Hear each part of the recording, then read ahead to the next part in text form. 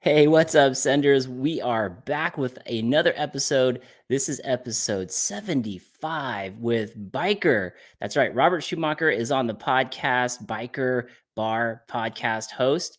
We're just going to be talking about mountain bikes. And tomorrow is actually 720, and 720 is International Mountain Bike Day, which is a great day for all of us. It's just a holiday that everyone's created, I guess. I tried to look it up to find out where this came from, and it doesn't really have a source, but it started 4 years ago, and it's just a holiday for us mountain bikers, which is pretty rad. Um, Robert is backstage. I'm going to bring him back up. We're just going to jump right into it, talk mountain biking, answer your questions, say what's up, and hang out for an hour. So, without further ado, Mr. Robert Schumacher.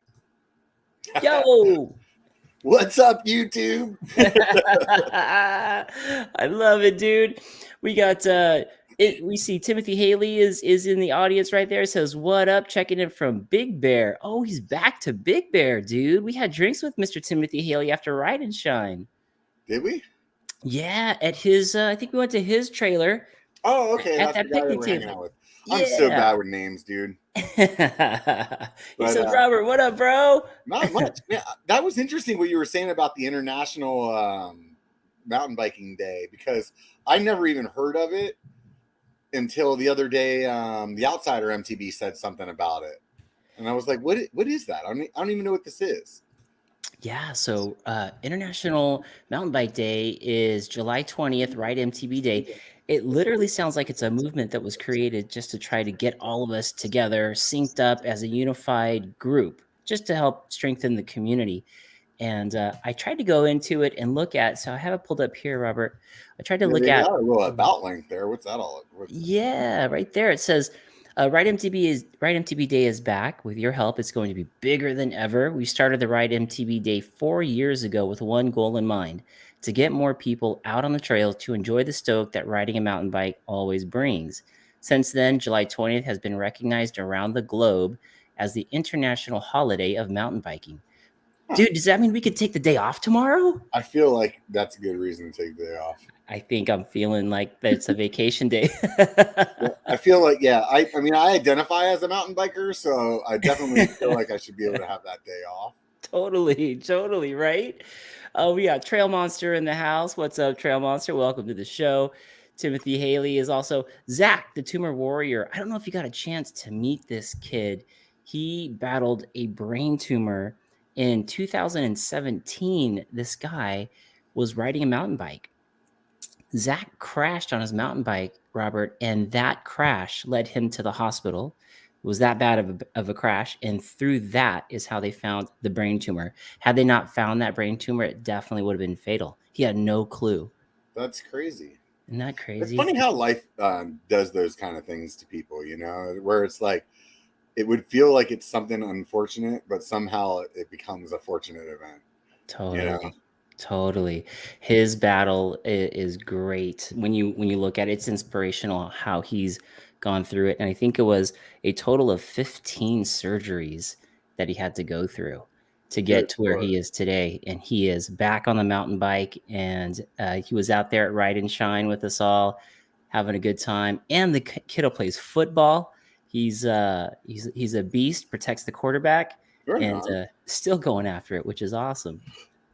So you got to talk to me about, I know the people that listen to your podcast don't know this, but your background has changed since the last time I was on your show. Yes. You're like just raking in all the YouTube money now. You got your own studio. Yeah.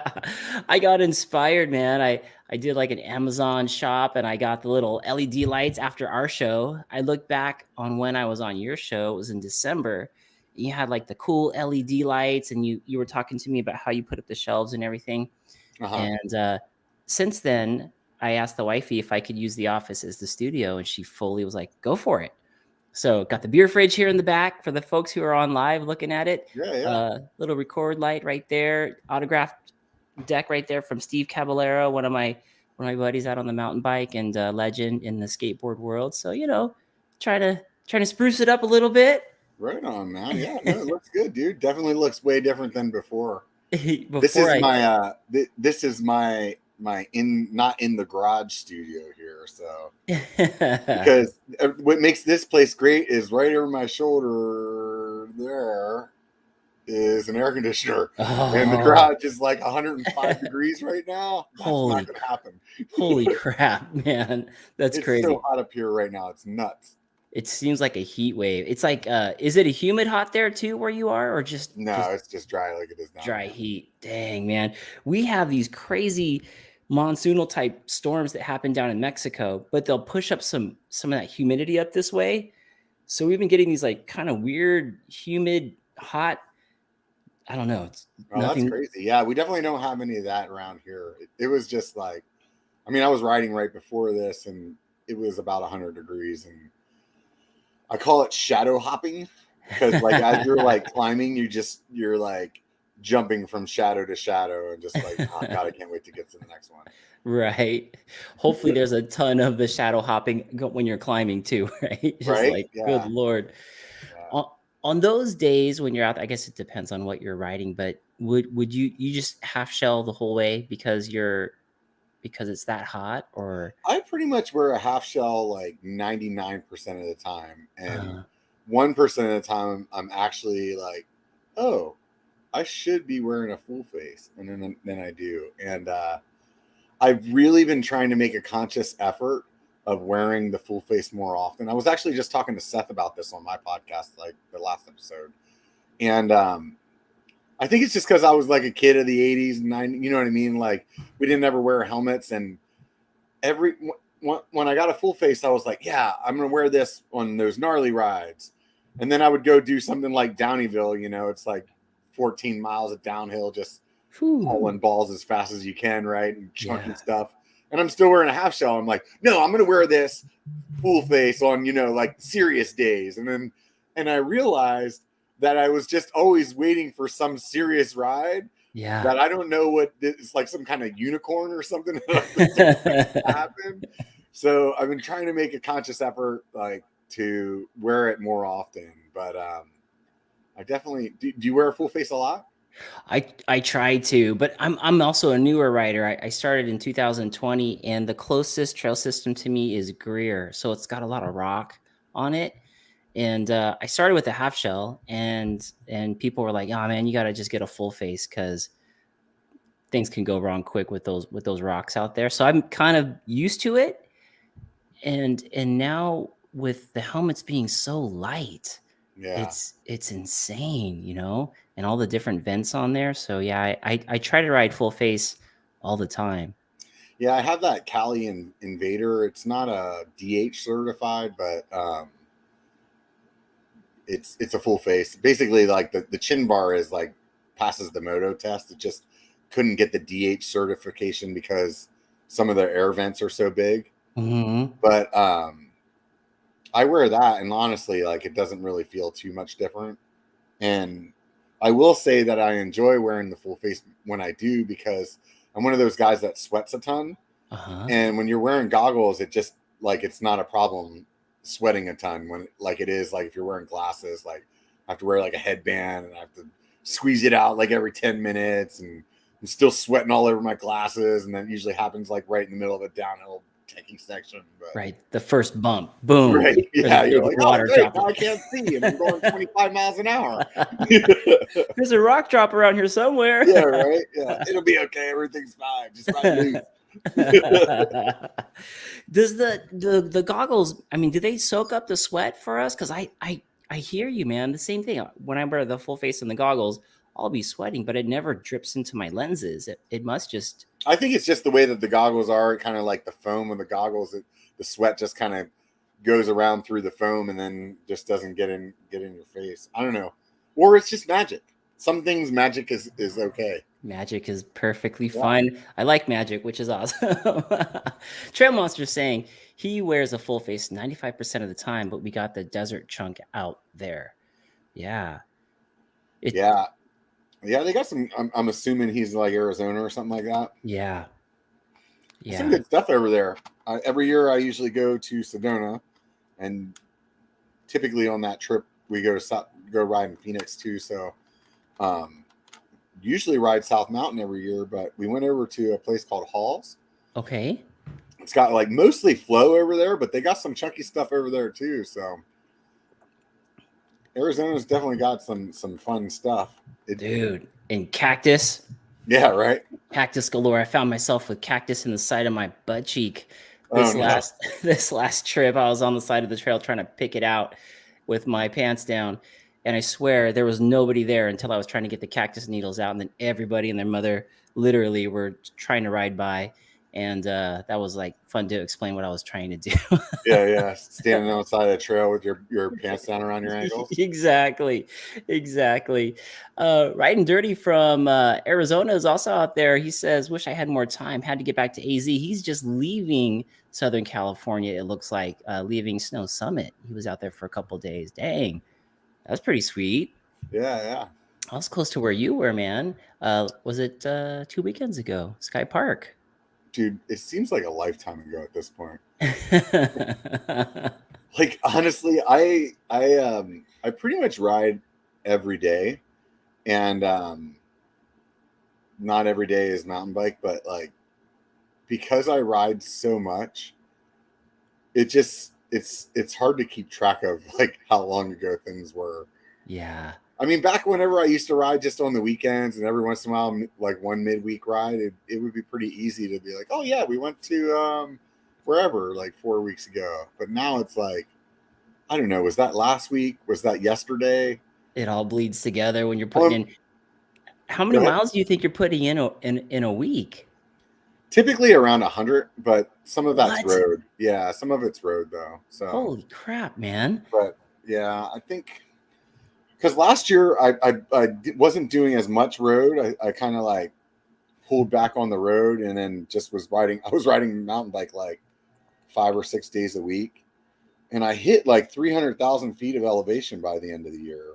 Damn. But I don't know where I'm going to try to check while I'm talking here. I don't know where I'm at in terms of that this year. Like, will I be able to hit 300,000 again? I'm not sure. So right now, this year, I'm at just about 1,800 miles What? and Wow. 163,000 feet elevation. So you're more than halfway in the month of Yeah. July. You're right on the bubble. Yeah, right on. But I wanted to hit 500, but I don't know. I really have to step it up. But I've been trying. For a while, I've wanted to do a ride that's 10,000 feet of climbing in one day. Uh-huh. And I think that I'm going to start ramping up to do that. And whenever I do go for that, then it turns into like every ride is like 3, 4, 5, 6,000 feet. So the elevation like adds up super fast, That's you super know? fast. Yeah. Yeah. And as we get later on in the year, I mean, right now trying to climb that in 105 degrees is awful. But as it cools off, Yeah. that'll be more doable. But then the problem is that the sun goes down a lot quicker. Yeah, but So have you never been night riding? no, I Oh, bought dude. lights, but I haven't gone yet. What lights do you have? I don't even know. There are ones that are rechargeable. I don't even know how many lumens it is. Well, if you use them and you're not crazy about them, I can tell you those outbound lights. Uh-huh. Those guys, their system's pretty dialed. They were there at Sedona, but anyways, if it that's the secret to riding in the winter, dude, is night riding. And Okay. honestly, even this time of year it's good too because you can just go out at like 9 or 8.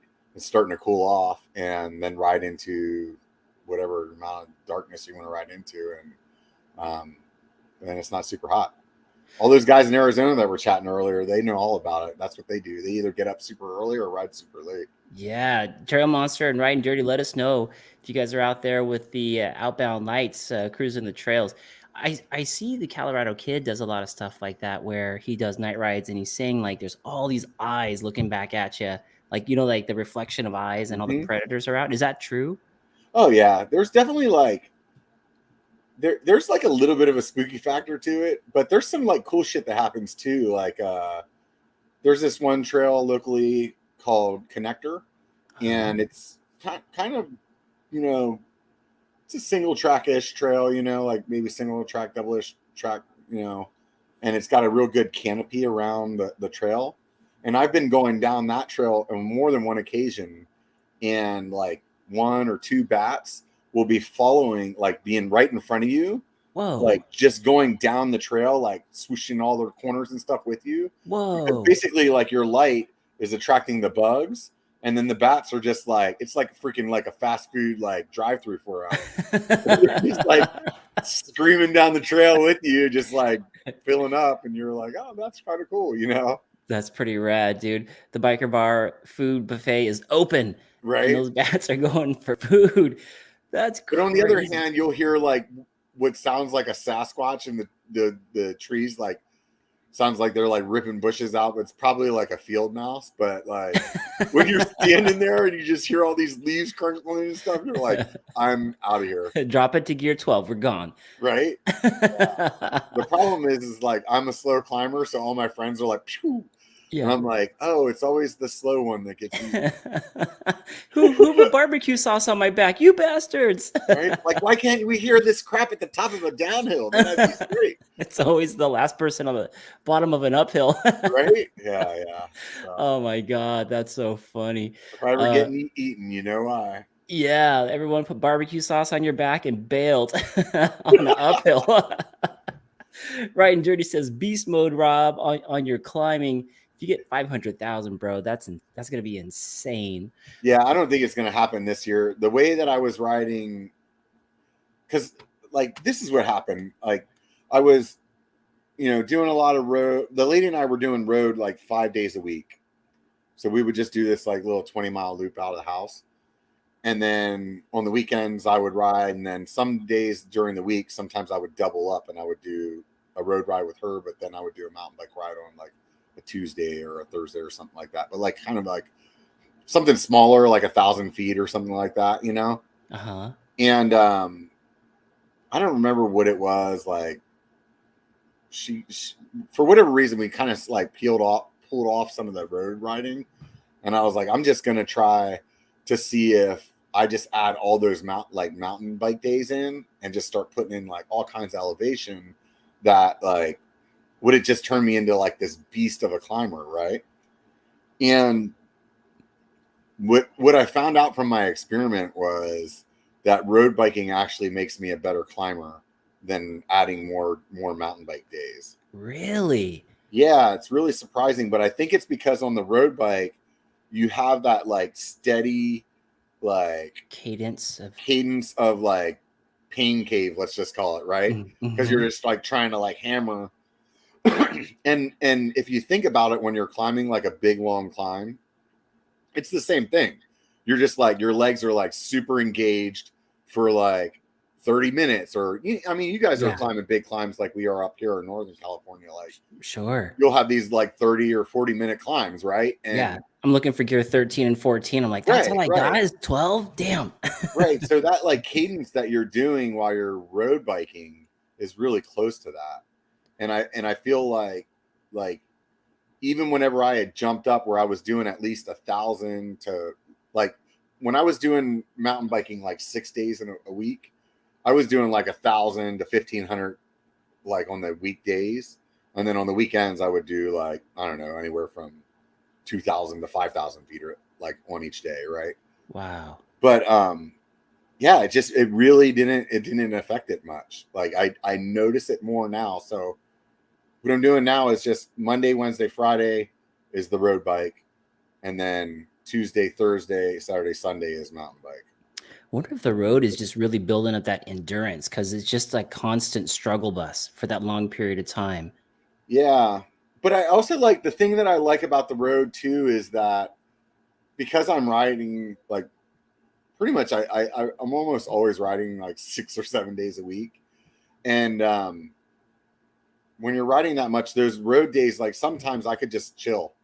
Like I can go do 20 miles, but not like hammer, right? Yeah. So then it's like it's kind of like almost like a rest day, but like you're still out spinning and doing something, you know? Yeah, moving the body, pumping the heart, get the blood flowing. Yeah, I gotta do something because I like as much work as I put into burning calories, I like am just as efficient putting like all kinds of bullshit in my mouth.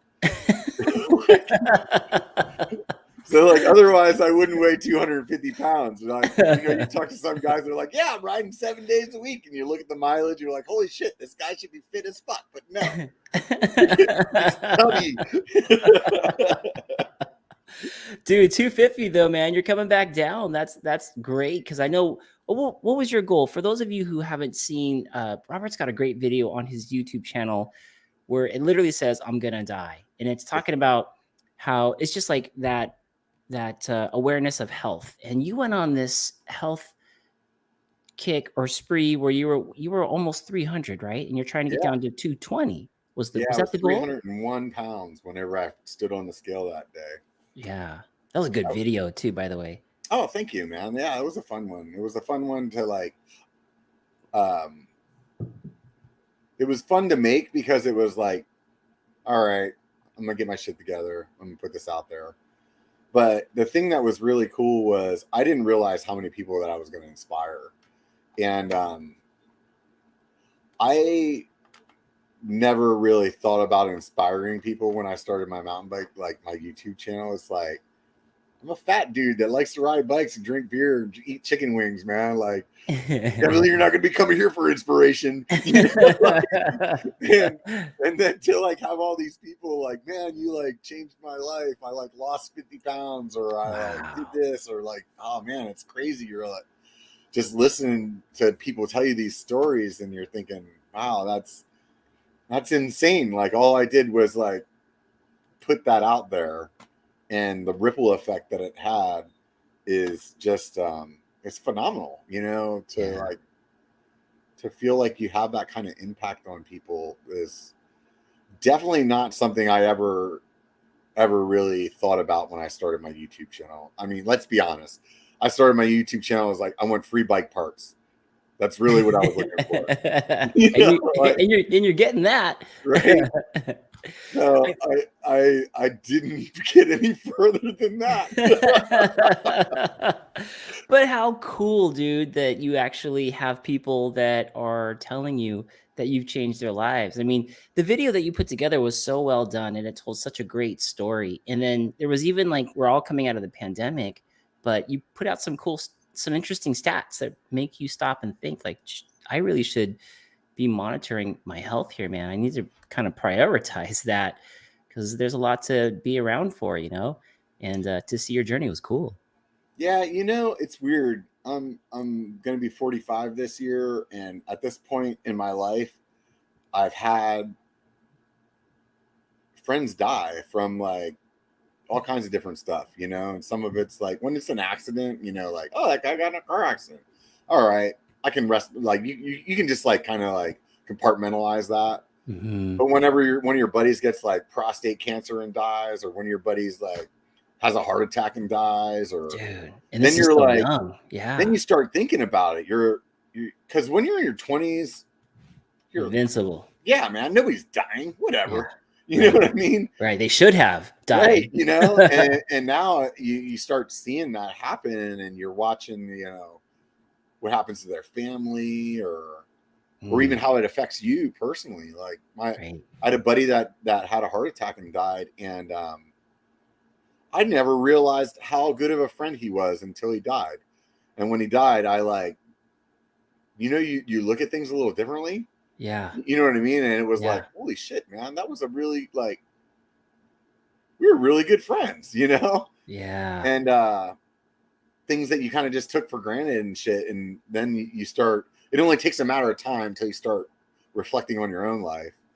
You're like, man, like that dude didn't know that was happening that day. You know what I mean? Right. Yeah. You look at that clock and you have no idea what those hands are going to be calling upon you later that day. You just have no clue. God, I've always lived my life in a manner of like really trying to enjoy it right now as much as I can. So not that I want to die tomorrow, but I feel like if at any given time, like I would be bummed out that I didn't get more time to fuck more shit up. But like, right. But on the other hand, it'd be like, yeah, I mean, I definitely like I did my fair share of stuff, you know? Totally. Yeah, and sometimes you notice too, time flies by when you're worried and stressed out about something. You're like, "Where'd all that time go?" And then whatever that event was happens, and then it's gone, and you're like, "Where'd the last 3 days go? I was so stressed out about." But when your time is up, you don't get to go back and get those 3 days back and go, "Shit, I should not have worried about that one event for 3 days." I mean, Yeah. I totally missed out on a lot of stuff. What a bummer. Yeah, I'll tell you, I went through a divorce when I was younger. Then at this point it's almost 15 years ago. And um you know, like we were talking about how some shitty things can happen that are like turn out to be good, you know? Mhm. And that was one of those things that it made me really like it changed my perception on my life, because before that I was really focused on my career and like how much I put a lot of worth into those things, like where I was at my job. And um, after I went through that divorce, and I it just for whatever reason it made me like kind of prioritize actually living my life more Mhm. than like judging myself on my financial successes or whatever. Yeah. And it was really a good thing for me, because that's whenever like around that time I got back into mountain biking again. I feel like it made me a better father, because you know, when you're alone with your kids, you have to be a better father than you can be when you have a partner, you know. And Yeah. it just it really like completely changed my perspective on my life. And now it's like I 100% go to work just to make money to go do the things that I want to do, you know. That's cool, man. And Yeah. I You're feel like I'm a much happier person from that, you know. That's awesome. Yeah, that live to work versus, work to live type of Yeah. thing. And you hear it all the time. I mean, people will make it to the top and they're rich and they're miserable. It seems to be more of those cases, rich and miserable, than wealthy and happy, you know? For some Uh, reason I just wanted to prove to everybody that I was in high school with that like I was better than they thought, you yeah. know. And Did you? huh? You did? I felt like I wanted to prove that, but then I realized along the way, like, what the fuck does that matter? Yeah. You know, Exactly. I'm gonna spend my life doing this. Like Right? those people don't even give a shit. They Right. probably don't even remember who I am. You Yeah. know? Yeah, and those employers or companies or businesses that you run, it's they don't put anything on your tombstone. That's just, part of that dash that's in between those 2 dates, the date you were born and the date you passed away. That dash says a lot about what Yeah, we do. Man, I think that's gonna that's be what's like a squiggly line. it's like comes in sideways. Yeah, Dude, that's what I love about mountain biking is that I feel like whatever you have going on, whatever you're chasing after, it equalizes us all on the trail. It's just you and that path in front of you. And if you got some buddies, a little bit of dust, if yeah, they're in front of you and you are in that moment and you are just soaking it in for that 2, 3, 4 minutes of that ride, and you're smiling and you're hooting and hollering and you're trying to survive and you're getting close calls, and you're getting control over your bike again and then you're hucking something, and then you're at the bottom and it's just yeah. like, what a cool ride. And then the rest of the time, it's like bills and stress and all the other things you can get lost in thinking about. But man, I think that's why mountain biking is one of the cool reasons why I think people love mountain biking is it forces you to be in the present. Otherwise, OTB. Yeah, I mean, it's 100% why I enjoy it. I mean, it's the same thing with skiing. I always, kind of say the same thing. Like, you can't. And I think mountain biking more so than skiing, because I mean, when you're skiing, you get to sit on a lift, you can do whatever the hell you want on there, right? But Right. like with biking, it's like you're only able to really think about one thing, like Yeah. keep pushing your pedals down. Like when you're climbing, it's like not like you're thinking about paying your bills. No. You're like, man, this Dropping the sucks. hammer. I Yeah. hate this thing. I don't even want to do this ever again. Like, when am I going to get to the top? Right. God, I wish that was lighter. Oh, did you see that dude with the e-bike just go by? That guy's a Yeah. dick. Where's the Like, towie rope? Why is and my then you get derailleur to the making top, and then noises? you're like all stoked that you did it, and then you just go down and do it all over It's the best, man. It's the best. again. Right? Oh my gosh. Taking a look here at the chat. We man, trying to catch up here. People were talking about the night riding. A lot of people do the night riding, it looks like. We got Marty Richards from Octodad from New Zealand says, "What up, MTB family? Sounds like it's raining out there in New Zealand. Dude, Marty, send some rain our way." And he's saying, start riding around sunset. It's the best. Oh, interesting. Start off on the sunset ride into the dark. That would be Yeah, pretty that's pretty cool. fun. Yeah. Also, someone here was saying, wear a headlight and a handlebar light. Yeah, So you two. definitely need them both. Why? When I first started, I would like if you only have the money for one, put one on your head. But I Okay. can tell you real quick, the first time that thing just dies out of nowhere, and Uh-huh. you're freaking hauling balls down some trail that has some exposure on one side, Good all of a God. sudden you're like reevaluating why you were being a cheap ass and you didn't buy another light. So it only happened to me once before I was like, "Yep, there's another light." Dude, that would be gnarly. I also hear that if you just have it like on your handlebars and it's bright, and then you don't have one on your head, but you look off into your left or right, it's like pitch black. Yeah. That would be Well, and the problem scary with your too. handlebar, if it's only on your handlebars, there's times when your handlebars are not pointing the way that the trail is. So, like, Oh, say you're geez. going around this rock, right? But the trail is Yeah. going to the right, and you're turning to the left to go around the rock. Uh-huh. Like your headlight is out, you can't see in front of you anymore. Good So Lord. that's where the headlamp is best because you're able to like directionally look at where you're headed. Look where you're going. Yeah. Yeah. Geez, especially if there's exposure. Nutso. Nutso. Right and The Dirty other the said, thing I'll tell you oh, though that the night riding does is because of the color of the light, it uh-huh. it makes the shadow and like where it's coming from makes the shadows a little weird, Okay. and it also makes like the contrast of the ground not stick out as much. So you end Ooh. up having to ride like a little more loose. And whenever you come from riding at night a bunch to like back to riding in the day, Uh-huh. you just feel like you have so much more control because it's like somebody gave you like an extra sense, and you're Really? like you can just see so much more, and then you're used to riding kind of loose because at night something may look like it's a smaller rock and then you hit it and you're like, oh, that was pretty big. Like, so you Yeah. definitely have to ride just like loose is the best way I can say it. So it Dude, helps for your day riding as well. I hear a lot of people say that they've hit stuff at night and then they've gone back and looked at it in the daytime and they couldn't believe that they hit it. They're like, Oh yeah. "Gee, I don't think I would have done that if I would have really seen it." Yeah, I can believe that. I could 100% believe that. Right and Dirty, one of the Arizona boys, is saying they start at 5 a.m. out there because of the heat. And then Trail Monster's saying lots of rattlesnakes out at night is the only thing. Yeah, dude, that's a good question because I have Greer out here where I am, and it's already Rattlesnake City. Do the rattlesnakes? They come out at night, don't they? I have no clue on that stuff, dude. I should know. I should know this stuff. I As for far a as long time never ever ran into them, and then last season I ran into like 3 or 4 of them throughout the season, which like really blew my mind because I've been riding bikes since like the '90s, good Lord, and like yeah. to not see them at all, and then all of a sudden it's like, What do you do when you see the if they're like sprawled out on the trail in front of you? Do you bunny hop? Like what I what think should it you? just depends on the situation, like how much time you have. Yeah, if you I can mean, I was stop. riding with my buddy, one of the ones I saw last season, and we were on a trail that's like legit single track, like not much wider than your tire, right?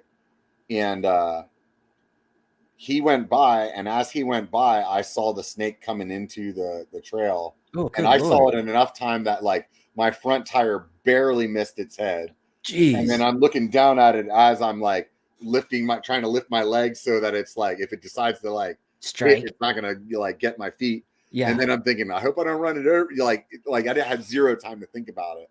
Get But stuck there's in been your other times where you derailleur. come up and they're like out across the trail. You're just like stop and like, all right, well, Yeah. let him go. Right. I learned a valuable lesson that if you throw rocks at them, it doesn't make them skirt away.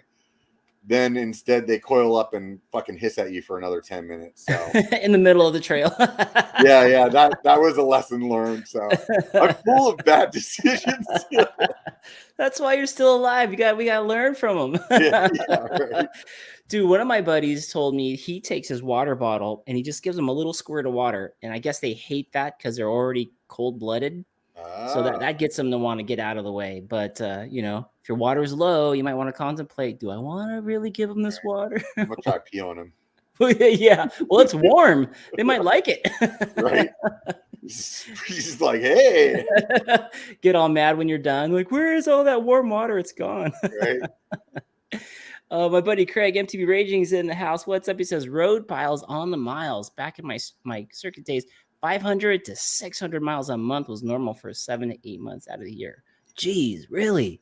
Yeah, I believe it.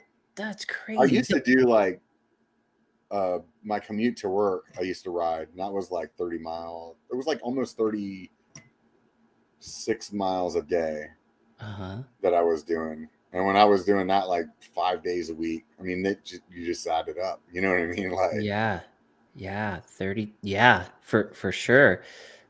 That's crazy. I mean, I guess, doesn't it freak you out now with like people with texting and driving at the same time? Like, you're literally on the same roads as these cars, a foot away from.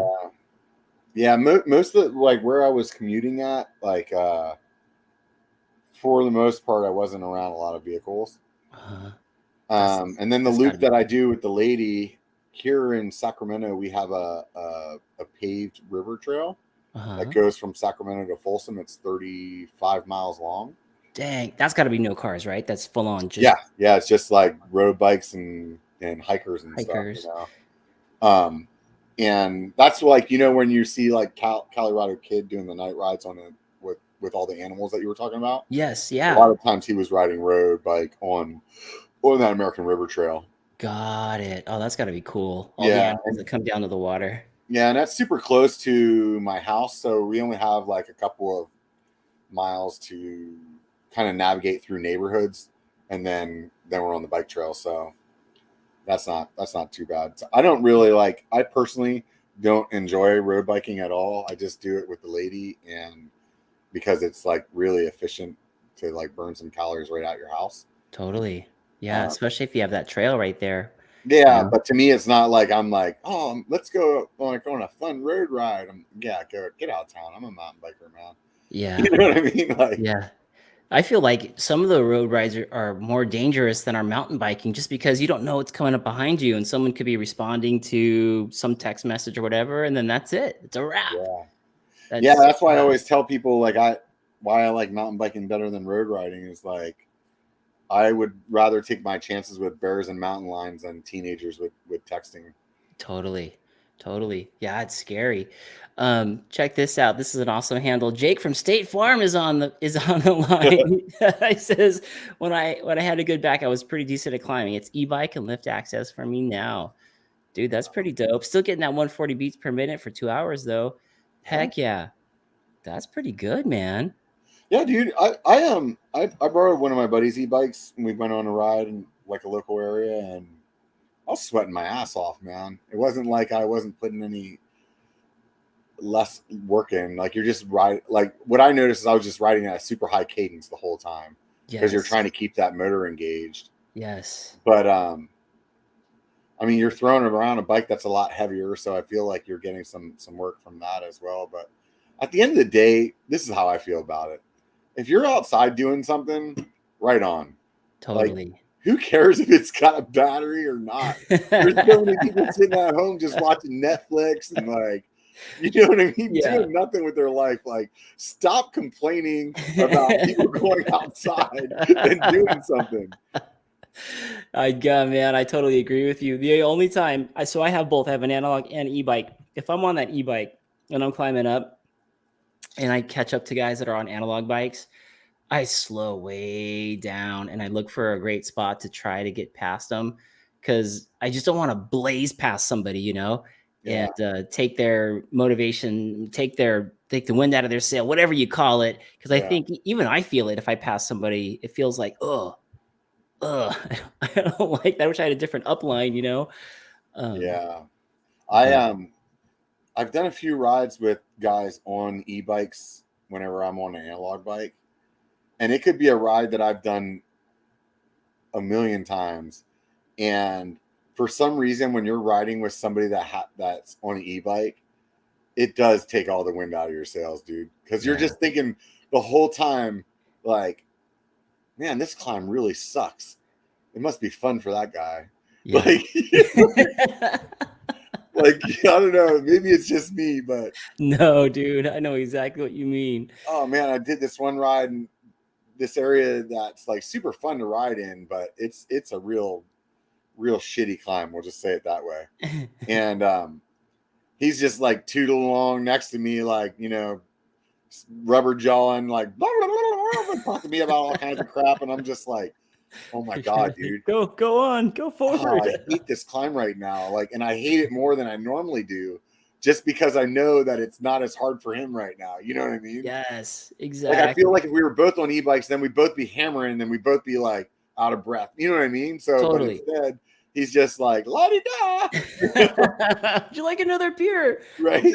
Pass the Grey Poupon. Yeah. You sure? Oh, I forgot my gloves. I'll just run back to the truck those 6 miles and go get them real quick. You won't be much further than here. Don't worry about it. I'll see you before the top. You're like, Yeah, oh, right. damn, all of a sudden I got leg cramps. Yeah, like when I was down at your event, I did 3,000 feet of climbing. So somebody said that was probably like 10 or 11 laps. Uh-huh.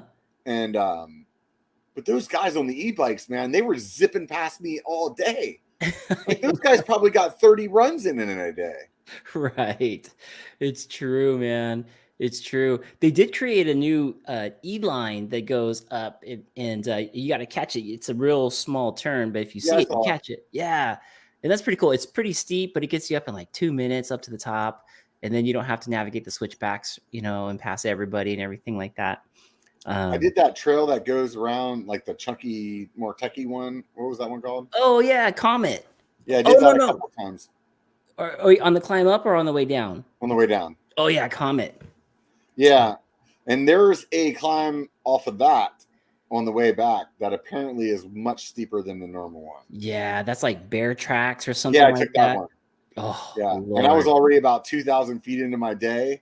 And jeez, dude. I tell you what, it was one of those climbs where the whole time you're telling yourself, I just want to get off and walk.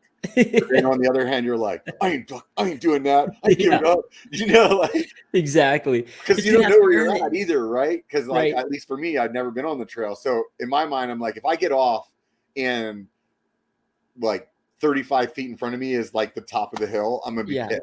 Yeah. You know what I mean? So I just kept pedaling, just all pissed off the whole time. I was like, oh my God, this one's really steep. That other climb is like super chill and fun. Totally. And that one was like not fun at all. That one wants to take your soul. And it has zero switchbacks. It's just straight mobbing up. Yeah, It's all loose and everything. Yeah. That was a beast. Oh my God, Robert. You're like, what the hell have I got myself into?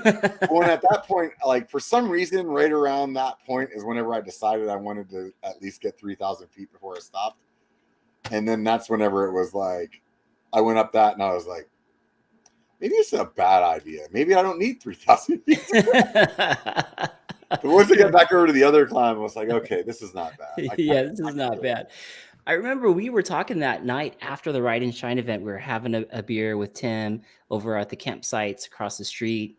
And you had mentioned something really cool about the climb because Tim was talking about climbing and you had said, and I'm glad you didn't give up on that trail going up. And I love what you had said about climbing. It's like the climb, as far as looking at it, like either you stop and the climb's got you defeated. Oh. Because, what was it that you said about that? I loved what you said. I always tell people, like, don't let it beat you until it beats you. That's right. And like, that's what I tell myself when I'm going up. And so like, what I mean by that is like, when you're going up and you just look up at this freaking nasty thing in front of you and you take like 3 pedal strokes and you're like, screw it. And you get off and you just walk. Like you let it beat you. Like you didn't actually get, like you just gave up. Yeah. You know, more in the tank. Right. And what I like, when I say don't let it beat you till it beats you is like, keep going until you like can't get that last like pedal crank in, or until your tire slips, or you stall out and you track stand for a second and then you just can't get going. Like, that's when it actually beat you. That's when you get off, and that's when you walk. But whenever you're just like looking at it and you just let it like mentally just be like, no, that's too hard, I'm not doing it, like, that sucks. So like I always just tell myself, like, don't let it beat you till it beats you. And then when my tire spins out, then I'm like, sweet, I get the walk, you know. But like until then, if you just keep hammering, like you just keep trying to apply yourself, you'll be surprised at what you actually end up doing, you know, like how many times that it's really more mental than it is physical. So like true. Just that drive to keep going, you know. It's tough. True. Yeah. You know, it is tough. Yeah. And then that mentality is like, you got to stop. I think my heart's going to explode. Oh man, my legs are burning. And man, when you are able to hammer through that and you get to that sweet success of making it to the top, that's such a great feeling of accomplishment, you know. Or like you said, go down in flames, lay on your shield. If the trail beats you, it's got to earn it. Yeah. There were so many times that little mantra has like gotten me to the top of a hill that I thought I wasn't going to get up at all, you know. And I can assure you that day that I was going up bear tracks, like I was saying that because it was like my legs were tired already. And I just remember looking up and it was just like going straight up. And I'm like, this sucks, you know? Am I sure? Am I going the right way? But it was like, you know, I'm committed at this point, and until like that tire spins out or my front tire comes off the ground and I lose my balance or whatever it is, like I'm gonna just keep trying. And what do you know, dude? I made it up there. Love it. Expanding. I felt like a badass. Then I was like, yeah, I went up bear tracks. Did you go bear tracks? You didn't go bear tracks. Dude, no one's touched that for a long time. Right? They're like, oh, that one's a tough one. No, I think that's in a lot of when they have race events there, I think they put that in their upline, which is super cool that they do that. Yeah, I'm sure that spreads the group out. That's for sure. Totally. Bomber Crew's in the house. Talk about vets and everything. Bomber Crew is here. Yeah, what's up? Robert's also actually Tim was part of the Bomber Crew. He had a Bomber Crew jersey on, but Fred was one of our speakers at Ride and Shine, and is in the military, or was in the military. Robert, our guest tonight, was also a service member in the Army, which is very cool. Yeah. Ride and Dirty says, I love watching Rob's series on that. He went into all the details of the emotional craziness that goes along with it. Oh, yeah. I think he's talking about the weight loss thing. Oh, yes. Yeah, definitely a good video. MTB Gizmo's in the house. What's up, everyone? Cheers. Good to see you, dude. Tumor says, I'm a fat dude who rides bikes and loves food too. Jake from State Farm. Here. You're going to love that handle. That's so funny. Oh, man. Kenny is saying, 2 underrated YouTubers. You guys are great and deserve much more followers. Oh, thanks, man. Thanks, Kenny. That's cool. Tell all your friends to like and subscribe. That's right. Hit the down. What do you say with the thumbs down? Hit it twice. It makes you feel better. It'll make you feel better about yourself, right? I stole that like sort of from the Hot Ones guy. He always has really good like quick witty kind of ways to say things like that. Yeah. And that was one where he was like, he said something about hitting the thumbs down button twice, and I was like, "Oh, that's really funny. I'm going to use that." Those of you guys that just listen to podcasts and don't really watch YouTube, if you hit it twice, it undoes the thumbs down. So that's so funny. Yes, it does. Right? It's so funny. So wait, let's go back to the night ride real quick. You were saying something about Sasquatch and stuff like that. That the fears of everything is always there, right? When you're probably riding at night. I can only assume because I've not done it yet, but I could also imagine looking up at the sky and just seeing like, do you ever have evenings where there's like crazy stars and it's just amazing to be out there? I would think that, yeah, I mean, there's definitely some of those moments. I know there's some area, like there's a place that we ride called Rockville that has a pretty good like view of the city that's by it. Sort of how like when we were up there at Sky Park, like you looked out, you could see all LA all lit up at night. You know, that's pretty cool. And That'd be dope. I've never really been like super like backcountry stuff out in night riding, you know, so where the stars would just be like crazy good, but there's definitely lots of good experience to it. I think that the first summer that I got into night riding, we or maybe it was winter. There was the first winter that we started night riding in winter, and I don't think we rode in the daytime that whole year, but Wow. like a handful of times, because it was just like it just like in the winter we were night riding at night just because it was cool, or because that was like when we could after work or whatever. And then it worked out though. It was like, oh well, even the guys that had like kids that had to go to softball or basketball or soccer practice or whatever, they could go do all their family stuff, tuck their kids into bed at like 7. We'd go meet at the trail at 8. We'd go ride for a couple hours, and then we'd sit out there on the trailhead and drink beers, and like it was like this is rad. And then they didn't have to feel like they were missing out on their family at all. And as it got into summer, then it was still cooler at night, and it was actually like it became more of a thing than I thought it was going to when I first bought lights, you know. Yeah, that sounds awesome, man. It sounds like a cool adventure, like almost like you're camping out there with buddies. It's probably not too crowded either. Yeah, you definitely don't run into many other people, which would be cool. Like there's some certain spots that I would ride that you can't really pin certain trails because you don't know if there's going to be some hiker there around some corner or something like that. Yeah. When you're out there at night, I mean, you don't have to worry about that. You know? And go no brakes. Yeah. Just freaking give it all you got. As long as your lights are bright enough, you're good to go. That's pretty cool. Jake from State Farm is asking, has Rob done any super long e-bike adventures or bike adventures? 100-mile days are awesome. Yeah, have you done any? I've never done anything. The only e-bike ride I ever did was just that. I've only done it once. I'd love to buy one, but I keep coming up with like other analog bikes that I want to buy. And there's so many good ones. Well, and it's like by the time I get the other one that I want, then I'm like, oh, guess what? They're getting a new Bronson now. I'm gonna get a mullet, you know, or that's right. You're a Santa Cruz guy. You love the Santa Cruz brand. Any hopes of getting any of those Santa Cruz e-bikes that they have? Yeah, that would be rad. That's what I was thinking about, picking up one of those. What do you call it? The Heckler. I was thinking about getting the Heckler. But right now, I honestly want the new Bronson. That's the mullet more than I want an e-bike. So I'll probably pick that up. I also I want to get a new gravel bike. The one that I ride right now is pretty old.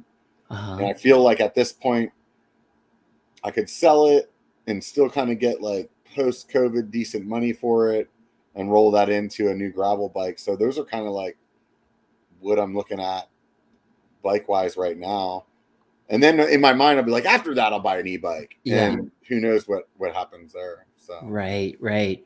It also probably would be if your buddies started buying e-bikes too. You know, if the people that you ride with the most, is it Moonlight Leatherfoot that you ride with a lot? No, not so much anymore. I'm ride a lot. Just I'm kind of all over the place. So yeah. But yeah, that's definitely one of those things that I see happen in other friend groups. So yeah, one of my buddies, Joey Yates, Uncaged MTB, we always teased each other about e-bikes. You know, we'd put the bike in the little shopping cart, and then we text each other the little shopping cart, like, should I push the button? Should I push the button? That went on for like 6 months or so or more. And then one day he sends me the thing. He's like, guess what? I found out what happens if you push the button. And I was like, oh no, you bastard. Okay. Yeah. You're gonna have to go in and push the button too. And there we were, man. That was all it took. Which was I would like to. The main reason that I wouldn't mind buying one is there's some areas that we will do shuttle laps on, and I think that you could be just as efficient, maybe even more efficient on the e-bike doing shuttle laps than you could be like with us in our trucks. Yeah. Got it. And it's just like you end up, taking out 4 or 5 trucks to be able to like just shuttle everybody, like get a bunch of runs before you have to reset everything. Yeah. And I feel like we could just pedal up on the e-bikes and get just as many laps in and not have to be dealing with that. Or it would be a situation where, we don't have 4 or 5 trucks worth of drivers today. It's just me and a buddy. You know what I mean? And it's like, we can just we can bang out just as many laps and fun. have a fun kind of shuttle day. That like less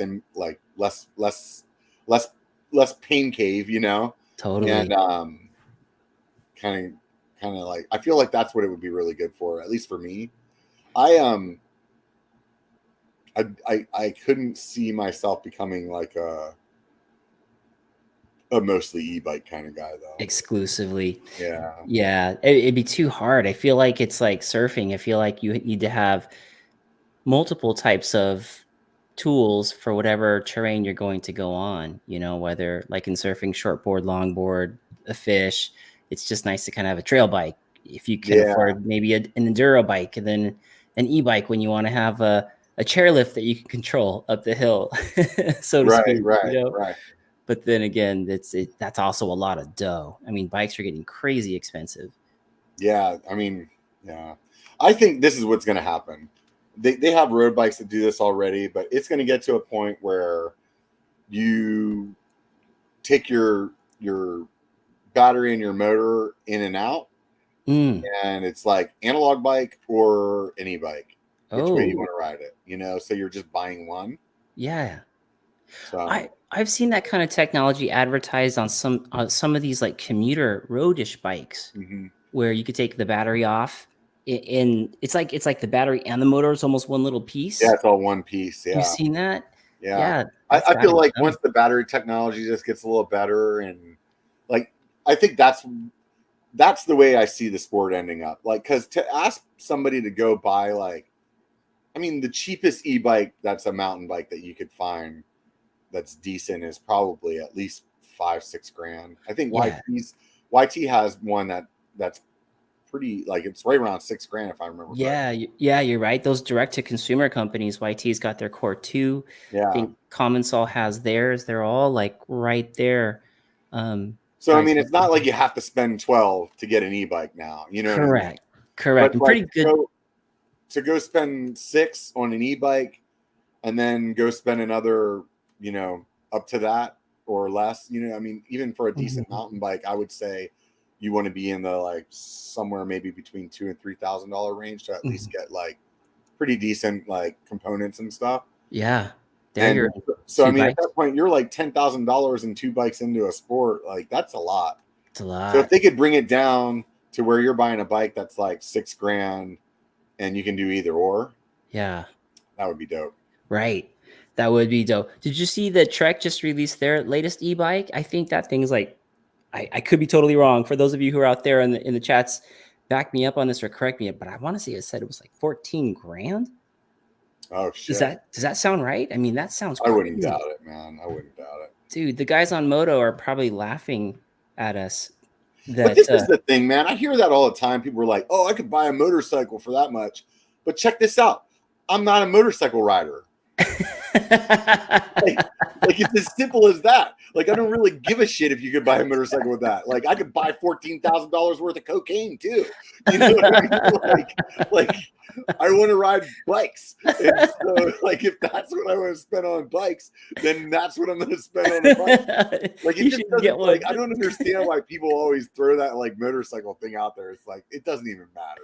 Like, you can I could buy a boat for fucking 3 times as much. You know? It's like, true. I mean, I guess maybe back in the day, the technology, it seemed like there was so much more that went into a motorbike than it did a bicycle. But nowadays, there's so much tech that goes into our mountain bikes. Yeah. And that's the reason why I don't think that, I mean, I could be wrong. Maybe the motorbikes have also progressed a lot, but man, mountain bikes have come a long way from back when they were just bicycles. They're crazy machines now, which is, speaking of crazy, Charlie Hicks, my man, with the 1999 donation to the channel. Thank you. He says, stopping in to say hi. We'll watch tomorrow. Keep up the good times. Charlie Hicks. Thank you, my man. Yeah. I always see him on mine. I think he might be on my Patreon. Yeah, good dude there. I always love seeing everybody in here. There's so many good guys. I definitely wouldn't it be awesome if we could someday make it out to New Zealand and ride with this guy right here, Mr. Yeah, Marty Richards. Dude, the guy's always on there supporting. Craig, MTB Raging, Comet is badass on an e-bike. Ooh, yeah, that's the trail you were doing. I need to go back. I need to get some redemption. I want to do that little wood drop. I didn't do that drop on Comet.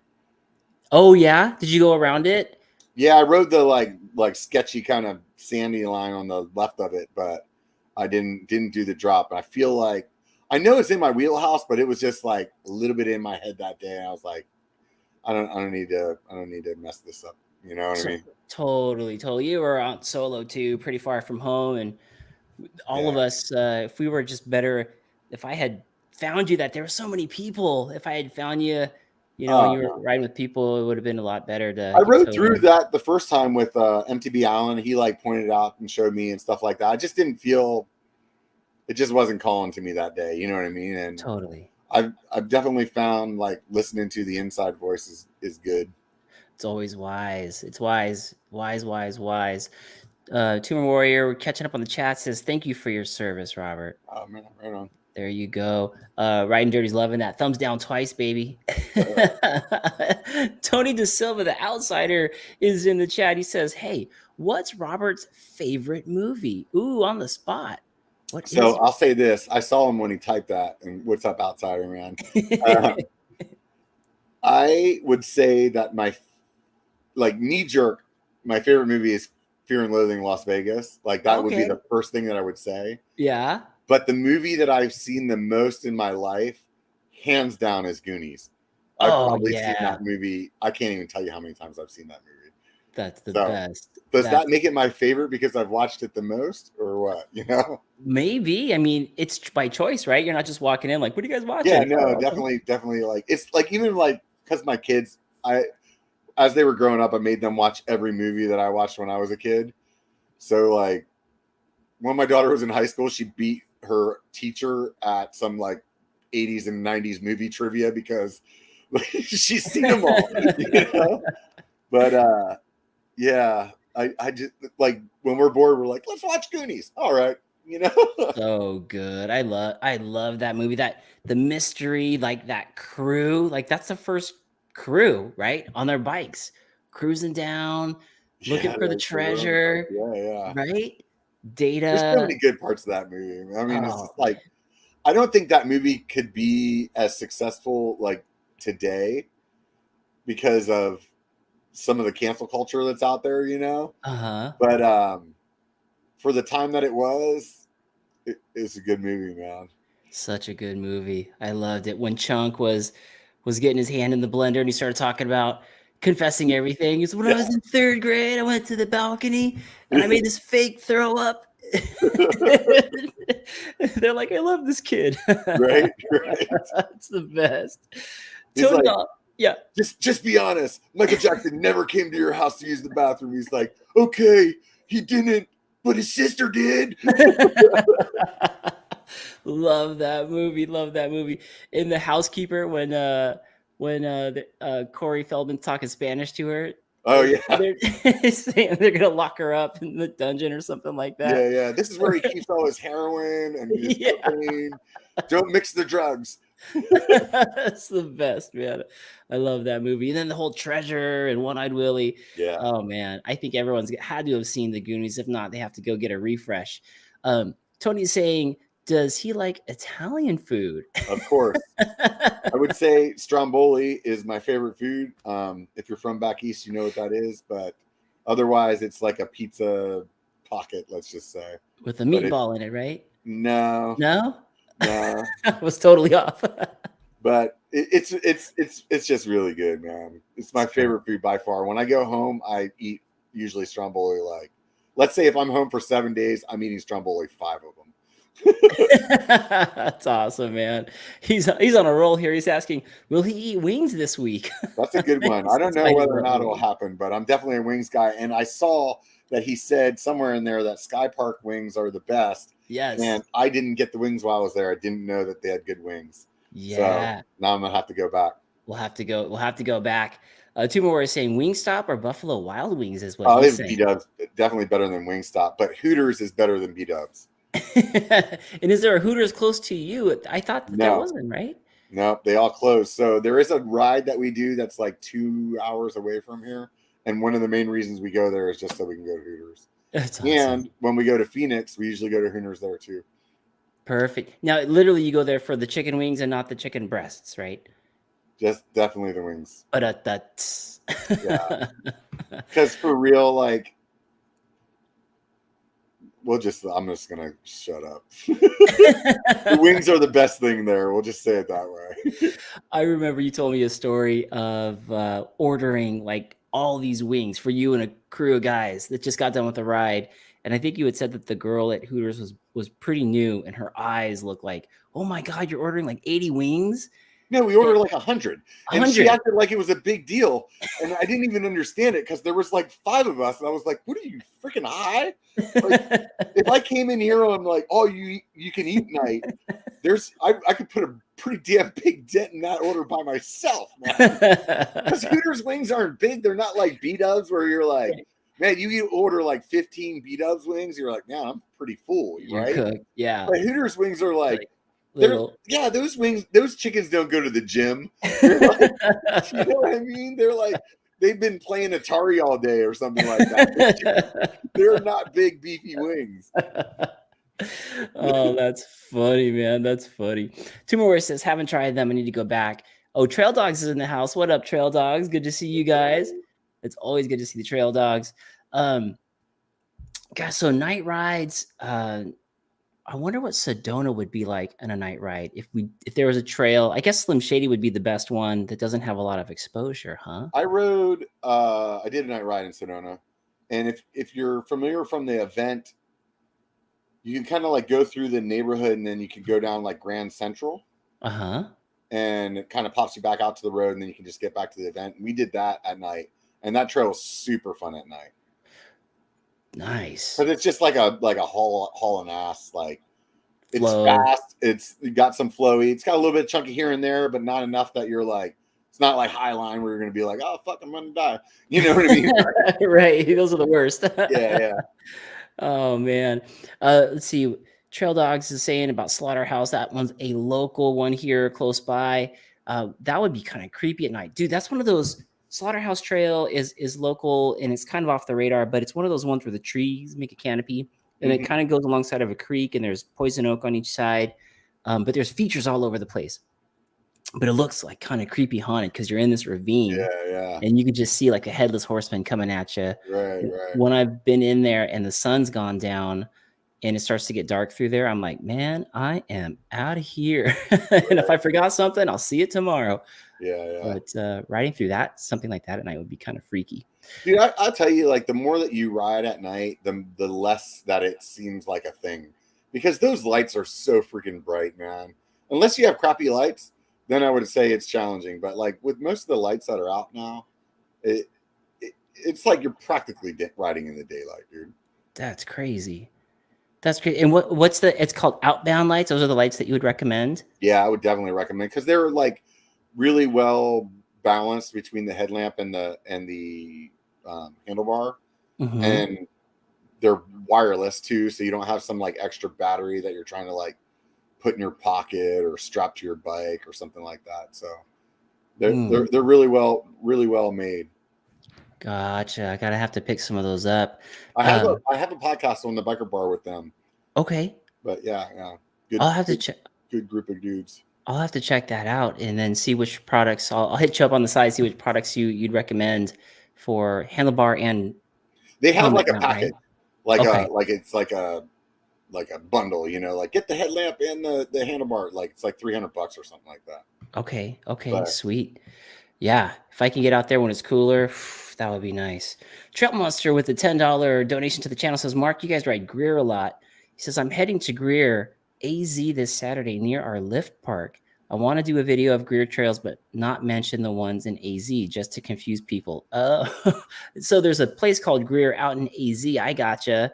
That'd be a funny video. People be like, I've never seen that trail before out that way. I did that when I filmed in UC Santa Cruz, and people get like super freaking bent out of shape about people filming there, right?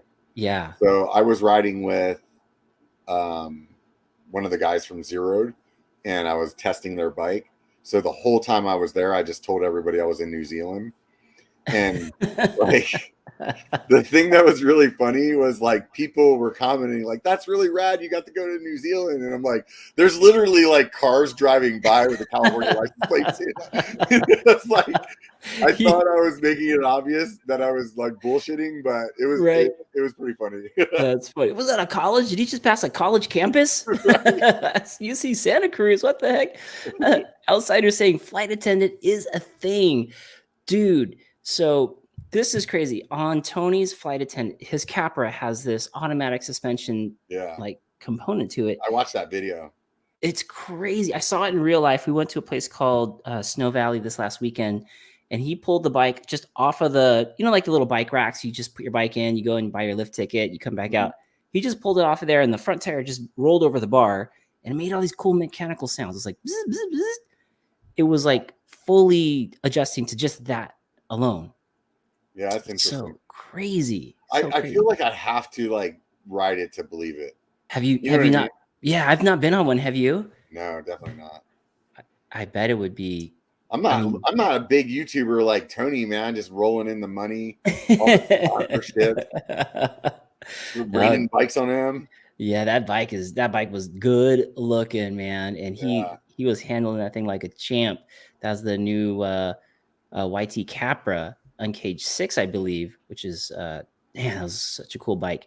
Trail Dogs is saying, not gonna lie, Tony, that bike was fun, except having your shifting wrong. I wonder what that means. He probably had like his axis like changed. Some people like it. I actually have my axis upside down to the way that it shifts. Okay. And a lot of people hate it, but to me, it just makes more sense. Like when I push down, it's going up the cassette to like a harder gear, but I'm just like down. I want it to go down, ding, ding, ding, ding, ding. Down to a faster gear. Right. Yeah. And when I wanted to go up, I want to go like to the easy one, and it just makes sense to me. And most people, when they get on my bike, they're like, "What the fuck, dude? This is backwards." I didn't realize that. So it's not like our regular shifters where we have the inside shift goes to a lighter gear. The outside. Since it's access, you can program it. So you just open up the app and you change it. Like, I wanted to go this way or I wanted to go that way. God, but is it up and down? Like, are the two buttons on top of each other? Or are they side by side? They're kind of on top of each other. Yeah. Okay. It's kind of like your thumb sits in this like paddle, and so you can like push up or push down. And then there's a trigger that you can get like on the front side of your handlebar as well. But I never use that. I've seen some guy use it. I just don't use it. Interesting. That's pretty cool, man. I'm digging that. We got a couple people chiming in on their favorite movies. Outsider is saying Billy Madison is his go-to. Mr. Adam Sandler. Right on. That's a good one. Jake from State Farm is saying Grandma's Boy is one of the ones. He says that's a classic. He wants to add to it. Zach Tumor is saying Spaceballs. Right. That one's funny. Dude, a lot of these movies you wouldn't be able to make today, sadly. My daughter and I watched Half Baked yesterday. That was pretty good. There's so many good lines in that movie. Half Baked. Like, tell me you haven't wanted to quit one of your jobs one day and be like, fuck you, you're cool, I'm out. Is that where it comes from? Is it from that movie? That movie, dude. Oh my god, that is a classic quote, dude. When he's like, "You're cool."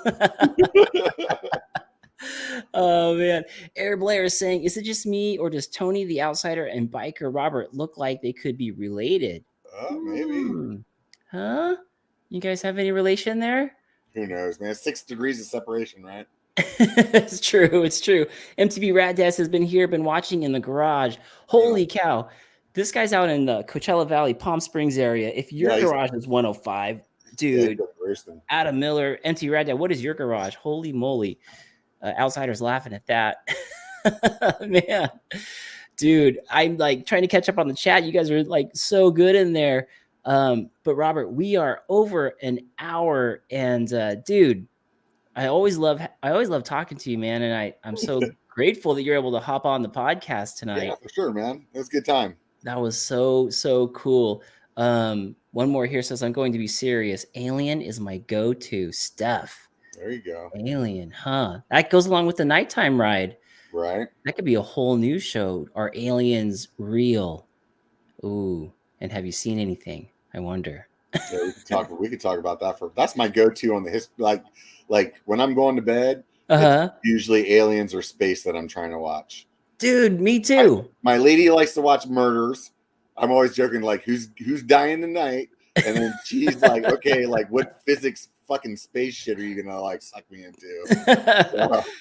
Well, dude, okay, so the whole Bob Lazar thing. Maybe just take a few more minutes here. Bob Yeah, you can do Lazar, whatever you want, man. I'm cool. is it you think that dude's telling the truth or you think he's lying? I don't know, man. There's something a little weird about that guy, man. Yeah. He's a Like, smart dude. I mean, yeah. I don't know. does your BS radar go off a little bit on I feel him like or it does, man. I just like, I don't know, man. It's like I mean, at the end of the day, what you're asking is, do I believe in aliens, right? yeah. You know, like that's really the question. Like, screw Bob, whether or not he's on to something or not. You know what I mean? Right, whether he worked on those things or not. Right. But like to me, if you sit and think about how big space is, it'll screw with your head. Like it just doesn't make any sense. That like recently they had these pictures online or on stuff because of this satellite that they got up there taking all these rad ass pictures, right? Yeah. And it's Like like, oh yeah, Hubble. this is 14 billion light years away. Right. So it's like how fast the light goes when you like turn on the switch. Yeah. You know what I mean? It's just like poof. Yeah. You know? And it's like it's been moving at that speed for 14 billion years. That's ridiculous. That's huge. Yeah. Huge. So, like, and that picture that you're seeing is actually a time machine because you're seeing it from 14 billion years ago. Right. You're not seeing what's happening. Like that thing could not even be there anymore. It could be totally gone. Yeah. And we're just seeing the light. They could have came along, blew each other up 3 times by now. Right. Exactly. Like you don't even have a clue. So like in that aspect of like how big the universe is and all the galaxies and all those stars that you see in the sky, like they could all have planets around them. Yeah. Like 10 or 12 of them or whatever, 5 fucking 2. It doesn't even matter. There's so many stars up there. It's ridiculous. So true. So to think about all of that and to think that we're the only planet and all of that life has like come together on, I think that's a stretch. Seems a little ludicrous, right? When you think about the math and everything. Right. But the distance for you to travel between anything, at least with any kind of technology that we understand right now, that's the part where it's like, I don't know if we're ever going to see any aliens, man. Yeah. You know what I mean? Right. Totally. It would take forever. I mean, if something's moving at the speed of light, which is what, almost I forget, it's like some god awful crazy 100,000,000 miles an hour.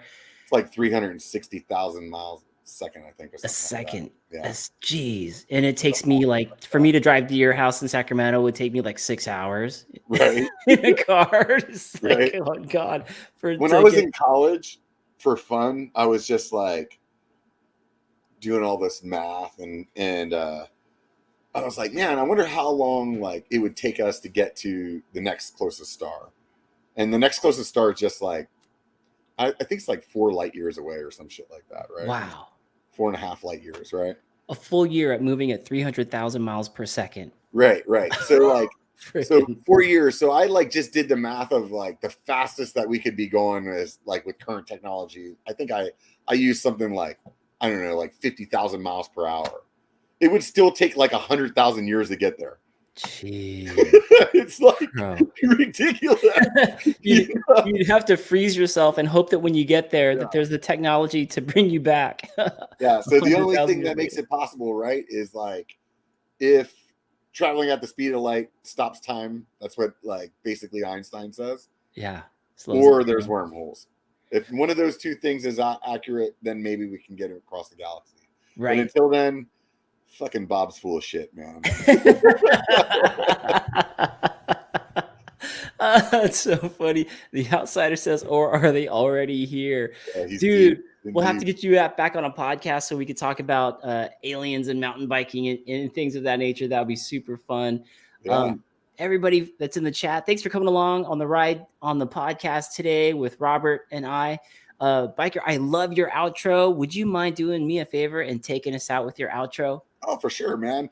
If everybody, I'm glad that everybody is here. I really appreciate everybody hanging out with us. And if there's only one thing that you remember or one thing that you take out of this, remember it only takes a bike to be a biker. So get out and be Gotta one. be one. Oh, I love that.